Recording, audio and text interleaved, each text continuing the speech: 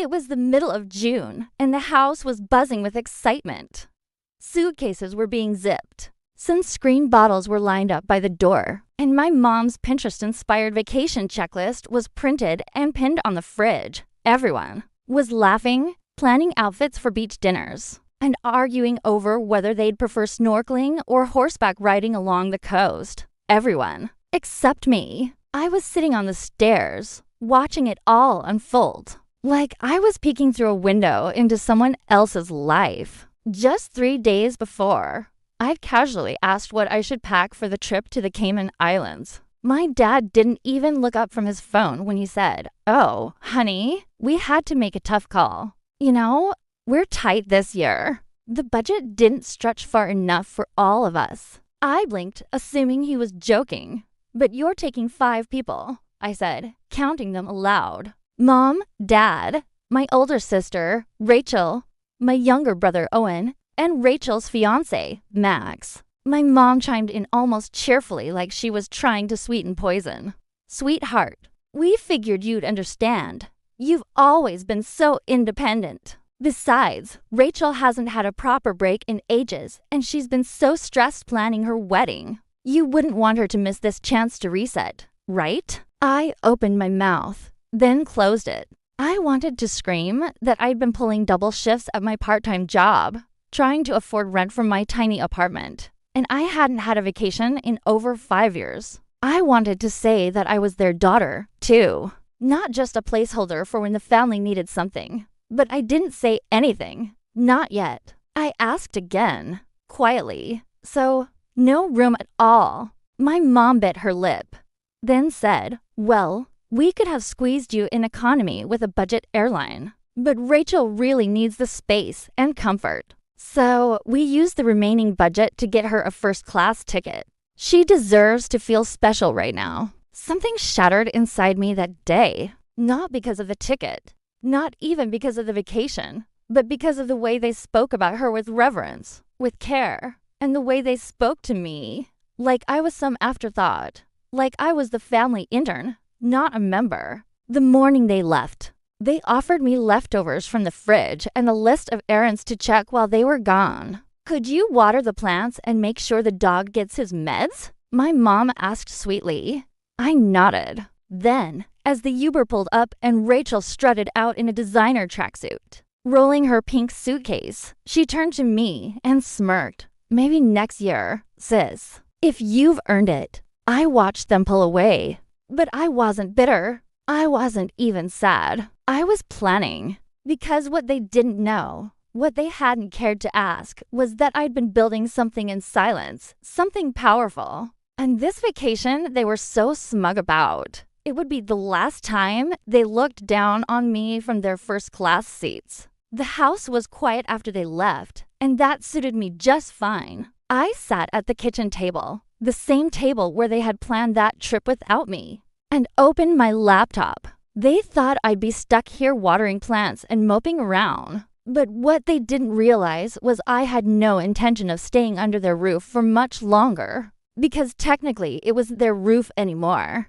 2 years ago, I started working remotely for a tech startup. What began as an internship became a junior developer role, and now I was earning enough to live modestly. But I had a side hustle too. I was ghostwriting ebooks for influencers and small publishers. It was unglamorous work, but it paid well, and I saved every cent. While my sister was flaunting designer heels and custom bridesmaid robes, I was quietly building up savings. 3 weeks before the family trip, I used those savings to buy something that would rewrite the script of this family dynamic forever. The house. Yes, their house. What they didn't know was that my uncle, my dad's estranged brother, owned the property. After years of renting it to my parents at a family discount, he finally wanted to sell. He hadn't spoken to my dad in years, but he'd always liked me. When I made an offer in cash, above asking price, he accepted.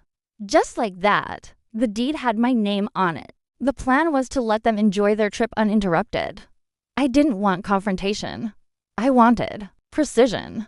While they were away, I moved out everything that was mine. I also replaced the locks. And I left a formal notice on the door with a copy of the property deed stapled to it. I didn't send a text. I didn't leave a voicemail. I let silence do the talking. When they returned from paradise, sun-kissed and smug, they couldn't even get past the front door. I watched from my car across the street as Rachel yanked on the handle in disbelief. My dad was on the phone. My mom as face pale and confused as she picked up the notice and scanned the signature at the bottom. Mine Rachel threw a tantrum on the lawn. What kind of joke is this? Is this some kind of revenge fantasy?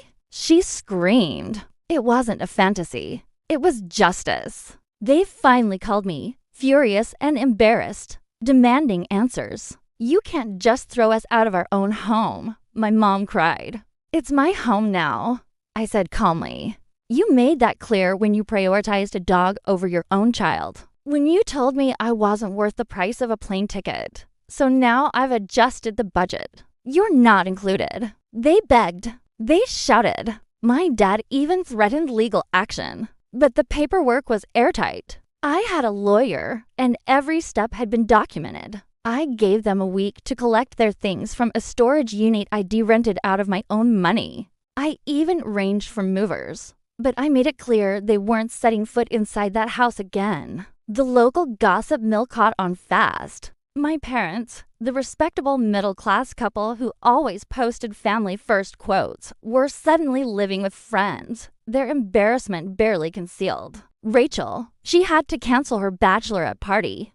Her fiance's family started questioning whether they were making a huge mistake.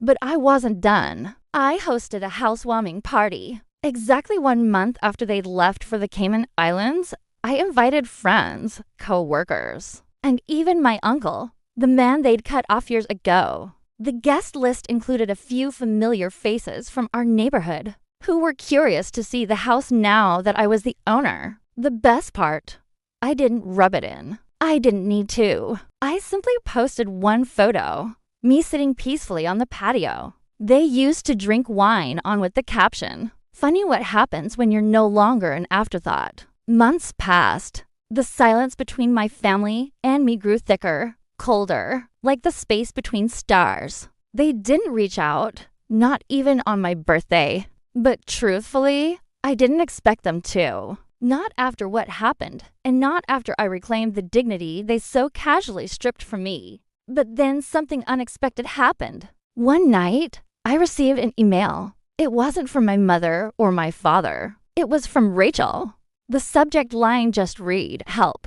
I stared at it for a long time before opening it. She wrote that her wedding had been postponed indefinitely. Her fiancé's family had discovered that she de-used part of the wedding fund to cover a luxury hotel bill during their engagement party. She tried to lie about it. They found the receipts. He walked out. My parents, she said, were struggling.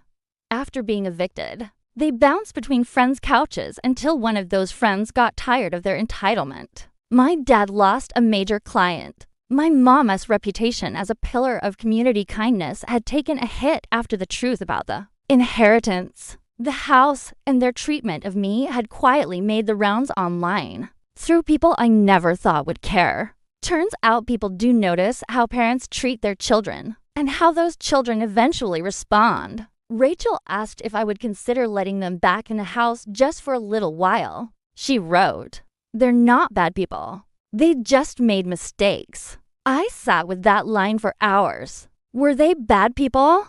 I don't know, but I do know this.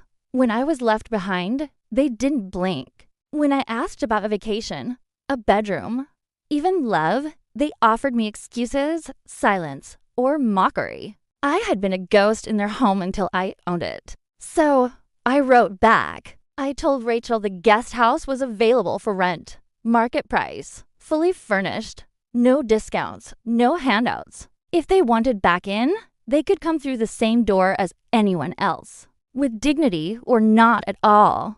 She never replied. A year later, I published a memoir. I didn't change the names. I didn't sugarcoat the details. I wrote every chapter with the fire of someone who once cried themselves to sleep in a garage, while a dog had a room with air conditioning. The book went viral. Interviews followed. Podcasts, panels, publishers called me brave. I didn't feel brave. I just felt honest. And then it happened. At a book signing in our hometown held at the very bookstore my mother used to drag me, past to buy gifts for Rachel. I looked up from the signing table and saw them. My parents standing, in line. My mother's eyes looked red and tired. My father's shoulders were slumped in a way I had never seen before. They weren't angry. They weren't smug. They were small. When they reached me, my mom hesitated, her fingers gripping the book like it might burn. "You really wrote all of this?" she asked, voice shaking. "Yes," I said. My dad didn't speak. He just looked at the photo on the back cover. Me standing in front of my house, smiling like someone who had finally come home. They didn't ask for forgiveness. And I didn't offer it. Not then. Maybe not ever. But I did sign their book. I wrote, for the ghosts who taught me how to haunt with purpose. And then I turned to the next reader, smiling. Because sometimes the only apology you ever need is your own success-ridden impermanent ink.